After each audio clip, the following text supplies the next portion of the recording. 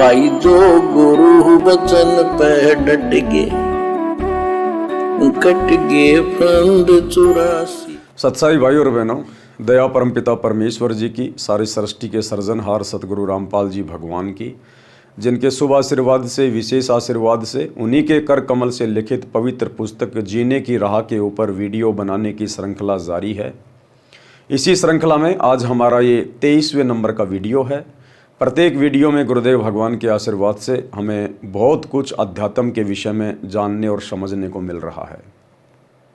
भाई और बहनों, इन सभी बातों से हमारा विश्वास हमारे गुरुदेव भगवान के चरणों में और भक्ति मार्ग पर बढ़ता ही जा रहा है, जो कि गुरुदेव भगवान चाहते हैं। तो पिछले वीडियो में गुरुदेव भगवान ने हमें एक नेक, योग्य, सुयोग्य भगत के विषय में बहुत सारी बातें बताई। साथ में परमात्मा ने गरुड़ बोध के तहत अपनी समर्थता भी बताई। आज के वीडियो में गुरुदेव भगवान ने हनुमान बोध को शामिल किया है, यानी त्रेता युग में श्री रामचंद्र जी के परम भगत हनुमान जी की जीवनी के विषय में कुछ बातें परमेश्वर ने यहाँ पर शामिल की हैं। साथ ही रामायण का भी कुछ आंशिक अंश यहाँ पर लिया गया है।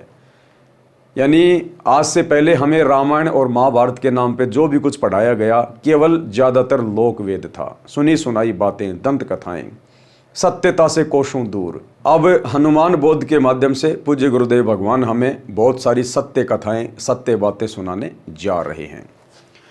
तो भाई और बहनों, पवित्र पुस्तक जीने की राह, वीडियो नंबर 23 और पेज नंबर 184, अध्याय हनुमान बोध का सारांश। कबीर सागर के पृष्ठ 113 पर 12वां अध्याय हनुमान बोध है। कबीर सागर के इस अध्याय में पवन सुत हनुमान जी को शरण में लेने का प्रकरण है। धर्मदास जी ने प्रश्न किया कि हे परमेश्वर कबीर बंदी छोड़ जी, क्या आप अच्छी आत्मा पवन पुत्र हनुमान जी को भी मिले हो?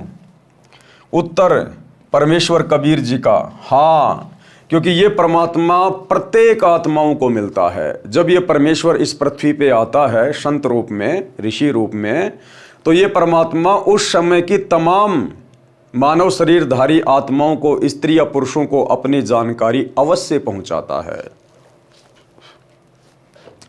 फिर धर्मदास जी ने प्रश्न किया, हे प्रभु, क्या उन्होंने भी आपके ज्ञान को स्वीकारा? वे तो मेरे की तरह राम उर्फ विष्णु जी में अटूट श्रद्धा रखते थे। उनको आपकी शरण में लेना तो सूर्य पश्चिम से उदय करने समान है। धर्मदास ने कहा कि हनुमान जी तो श्री रामचंद्र जी के कट्टर पुजारी थे। उनको अपनी शरण में लेना तो सूर्य को पूर्व के बजाय पश्चिम से उदय करने के समान है। भाई, परमात्मा उसी को कहते हैं, सतगुरु उसी को कहते हैं। सतगुरु जो चावे सो कर ही, भरम पड़ो मत कोई। उत्तर दिया कबीर परमेश्वर सतगुरु रामपाल जी भगवान ने। परमेश्वर कबीर जी ने धर्मदास को पवन तनय हनुमान जी को शरण में लेने का वृतांत बताया।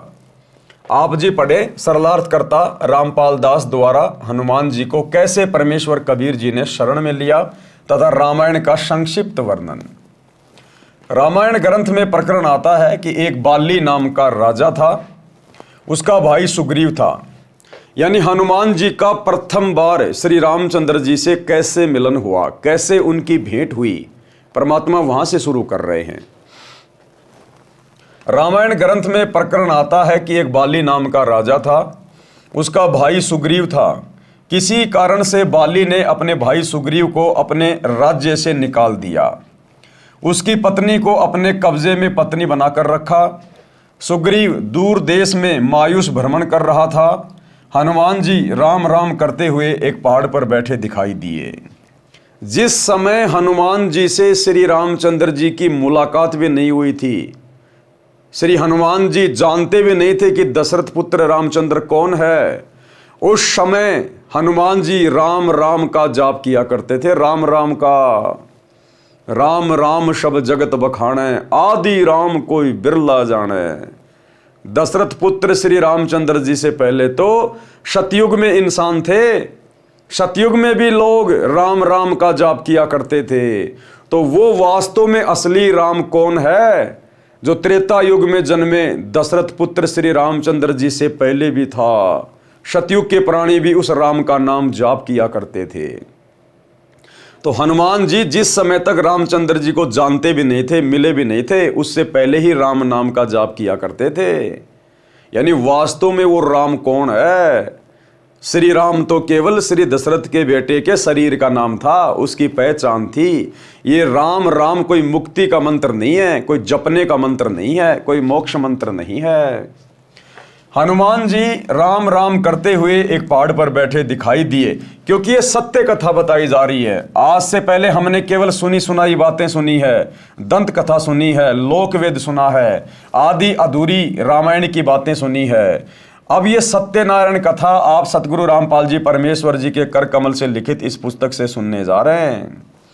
रिंचक भर भी, यानी रिंच मात्र भी आपको इसमें झूठ का समावेश नहीं मिलेगा, क्योंकि ये परमात्मा स्वयं त्रेता युग में मुनिंदर ऋषि के नाम से प्रकट थे। ये कबीर परमात्मा त्रेता युग में मुनिंदर ऋषि के नाम से प्रकट थे, जिन्होंने श्री हनुमान जी को अपनी शरण में लिया था। हनुमान जी राम राम करते हुए एक पहाड़ पर बैठे दिखाई दिए। दोनों की मित्रता हो गई, सुग्रीव की और हनुमान जी दोनों की मित्रता हो गई। सुग्रीव ने अपना दुख हनुमान जी से साझा किया। हनुमान जी ने शरणागत सुग्रीव की सहायता करने का वचन दिया। हनुमान जी ने सुग्रीव को वचन दे दिया कि ठीक है भाई सुग्रीव, अगर ऐसी बात है तो मैं तेरे भाई के साथ में युद्ध करूंगा, बाली के साथ में, और मैं तेरे को तेरा राज्य वापस दिलाऊंगा। लेकिन कुछ देर बाद जब बातें और आगे बढ़ी और सुग्रीव ने जब बाली की हकीकत बताई कि उसको एक वरदान प्राप्त है ब्रह्मा जी से, वो जिसके साथ आमने सामने की लड़ाई लड़ता है तो बाली के पास सामने वाले की आदि शक्ति आ जाती है, और बाली की तो बाली के पास है ही, इसलिए उसको कोई जीत नहीं सकता। उसके बाद हनुमान जी भी ठंडे पड़ गए। हनुमान जी ठंडे पड़ गए, पहले तो वचन दे दिया बिना सोचे समझे, और जब देखा कि बाली को तो ऐसा वरदान प्राप्त है, अगर आमने सामने की कोई लड़ाई लड़ेगा तो वो बाली को जीत ही नहीं सकता। लंका के राजा रावण की भी औकात नहीं थी बाली के साथ आमने सामने होकर युद्ध करने की, इसलिए अंत में रावण ने बाली के साथ में मित्रता कर ली थी। तो जब हनुमान जी को सुग्रीव ने ये बात बताई तो हनुमान जी के भी हवा निकल गई हनुमान जी की, और हनुमान जी भी चुपचाप हो गए कि अब क्या करूं मैं।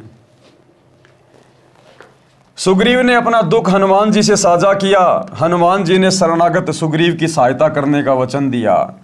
सुग्रीव ने हनुमान जी को बताया कि बाली में ऐसी सिद्धि है कि कोई उससे युद्ध करता है तो सामने वाले की आदि शक्ति बाली में प्रवेश कर जाती है।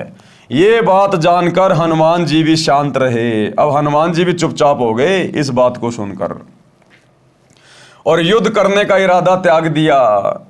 उस समय रामचंद्र पुत्र राजा दशरथ जी को वनवास हुआ। उस समय दशरथ के बेटे श्री रामचंद्र जी को वनवास हो गया था। उसकी पत्नी सीता जी तथा भाई लक्ष्मण जी भी वन में साथ गए थे।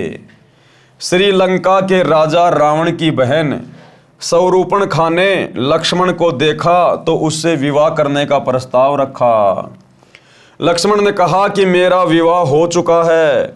लक्ष्मण की पत्नी का नाम उर्मिला था। शूर्पणखा ने बार बार विवाह करने का आग्रह किया तो शेषनाग अवतार लक्ष्मण ने क्रोधवश उसका नाक काट दिया। शूर्पणखा ने अपनी दुर्दशा की दास्तां अपने भाई रावण से सुनाई और पूरा पता बताया। रावण ने प्रतिशोध लेने के लिए राम की पत्नी सीता का अपहरण करने की योजना बनाई। साधु वेश बनाकर अपने मामा मारीच के सहयोग से रावण ने सीता जी का अपहरण कर लिया। अब देखो भाइयों और बहनों, साथ साथ हमने शिक्षा लेकर चलना है। रावण की बहन ने लक्ष्मण से शादी करने का प्रस्ताव रखा। लक्ष्मण ने मना कर दिया कि भाई मैं तो शादीशुदा हूं बहन जी और मैं शादी नहीं कर सकता। लेकिन उसने बार बार कहा तो लक्ष्मण गुस्से में आ गया और अपनी तलवार से उसकी नाक काट दी। ये एक सभ्य व्यक्ति के लक्षण नहीं है, ये एक संत के लक्षण नहीं है, एक भगत के लक्षण नहीं है। लेकिन लक्ष्मण ना तो संत था ना कोई भगत था। श्री रामचंद्र ना कोई संत था ना कोई भगत था। राजा के बेटे थे और राजा के बेटों में तो कितना अहंकार होता है, कितनी मान बढ़ाई होती है। तो हमने इन बातों का ध्यान रखना है। जो हमारी मर्यादाओं में नहीं है हमने हाथ जोड़ के क्षमा मांग लेनी है। कि भाई देखो मैं शादीशुदा हूं और मैं आपके शादी के प्रस्ताव को स्वीकार नहीं कर सकता। उसके बाद कोई कितना ही जोर डाले, कितना ही दबाव डाले, यदि हमने शादी नहीं करनी है तो प्यार प्रेम से मना ही करना है, हमने गुस्सा नहीं करना, मार पिटाई नहीं करनी, वाद विवाद नहीं करनी, काम चाहे कोई भी हो। लेकिन लक्ष्मण ने यहां पर गलती की और लक्ष्मण की वो गलती आगे चलकर महाविनाश में तब्दील हो गई, महाविनाश में। तो लक्ष्मण जैसी गलती हम भाई बहनों ने बिल्कुल भी वर्तमान कलयुग की पिछली पीढ़ी में किसी के साथ में गुस्सा करके, लड़ाई झगड़ा करके या क्रोध करके नहीं करनी है। तो शूर्पणखा ने अपने भाई रावण को बताया। अब रावण ने अपनी बहन की बेइज्जती का बदला लेने के लिए और साधु का वेश बनाकर और अपने मामा मारीच के सहयोग से सीता जी का अपहरण कर लिया। सीता जी की खोज में श्री राम जी तथा श्री लक्ष्मण जी वन वन भटक रहे थे। उसी समय उनको श्री हनुमान जी तथा श्री सुग्रीव जी मिले। आपस में परिचय हुआ। सुग्रीव ने श्री राम से अपना कष्ट बताया। श्री रामचंद्र जी ने शर्त रखी कि यदि मैं आपका राज्य आपको दिला दूं तो आपको सीता की खोज तथा वापसी के लिए मेरा सहयोग करना होगा। अब बाली के साथ तो श्री रामचंद्र जी की कोई दुश्मनी थी नहीं, ना श्री रामचंद्र जी जानते थे बाली कौन है। अपने स्वार्थ के लिए, अब बताओ इनको कैसे भगवान कहें, कैसे इनको परमात्मा की संज्ञा दी जा सकती है? ये तो आम व्यक्ति के लक्षण होते हैं। श्री रामचंद्र जी ने अपने स्वार्थ के लिए, यदि मैं सुग्रीव को राज्य दिला दूं बाली को मार के, तो सुग्रीव मेरी मदद करेगा सीता की खोज करने में और खोज होने के बाद अपनी वानर सेना का मुझे पूरा पूरा सहयोग देगा। तो अपने स्वार्थ के लिए विष्णु अवतार श्री रामचंद्र जी ने धोखे से पेड़ की ओट लेकर और बाली का वध किया। बाली से आमने सामने होकर युद्ध करने की औकात दशरथ पुत्र श्री रामचंद्र जी में भी नहीं थी, इसलिए पेड़ की ओट लेकर धोखे से अपने स्वार्थ के लिए उसकी हत्या की। बात पक्की हो गई, दोनों के बीच में बात पक्की हो गई। श्री रामचंद्र जी ने वृक्ष की ओट लेकर बाली को युद्ध करके मारकर सुग्रीव को राज तिलक कर दिया। सुग्रीव ने अपनी प्रतिज्ञा का पालन किया। सीता जी की खोज के लिए चारों दिशा में खोजी भेजे गए। जटायु पक्षी ने श्री राम को बताया कि सीता माता को लंकेश्वर रावण उठा ले गया। उससे मैंने माता को छुड़ाने की चेष्टा की तो मेरे पंख काट दिए। रावण से बातचीत करके सीता को लौटाने के लिए श्री राम जी ने हनुमान जी को राजदूत बनाया। श्री रामचंद्र जी ने श्री हनुमान जी को सीता को विश्वास दिलाने के लिए अपनी अंगूठी दी, जिस पर श्री राम लिखा था। अब हनुमान जी सीता जी की खोज करने के लिए नहीं गया था लंका में। हमारे को जो दंत कथा सुनाई जाती है कि हनुमान जी ने सीता जी की खोज की, हनुमान जी ने सीता जी की खोज की, अरे वो तो जटायु ने पहले बता दिया था कि लंका देश का राजा रावण ले गया।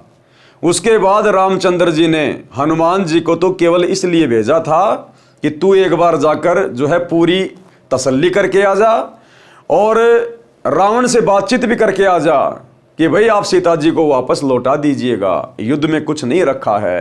तो अपना दूत बना के भेजा था। सीता उस अंगूठी से हनुमान पर विश्वास कर सकती थी कि जो मुझसे मिलने आया है वह श्री राम का भेजा हुआ है।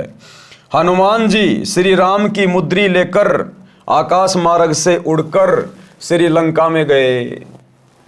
रावण का एक 9 लखा बाग था, उसमें सीता जी को रावण राक्षस ने कैद कर रखा था। हनुमान जी ने सीता माता को अंगूठी देकर अपना विश्वास दिलाया।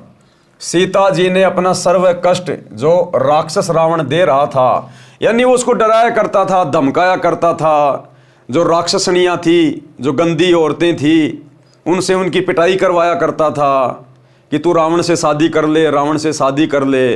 टाइम पे उसको खाना पीना भी नहीं देता था कि सीता टूट जाएगी और मेरे से शादी करने को यस कर देगी। हनुमान जी को बताया।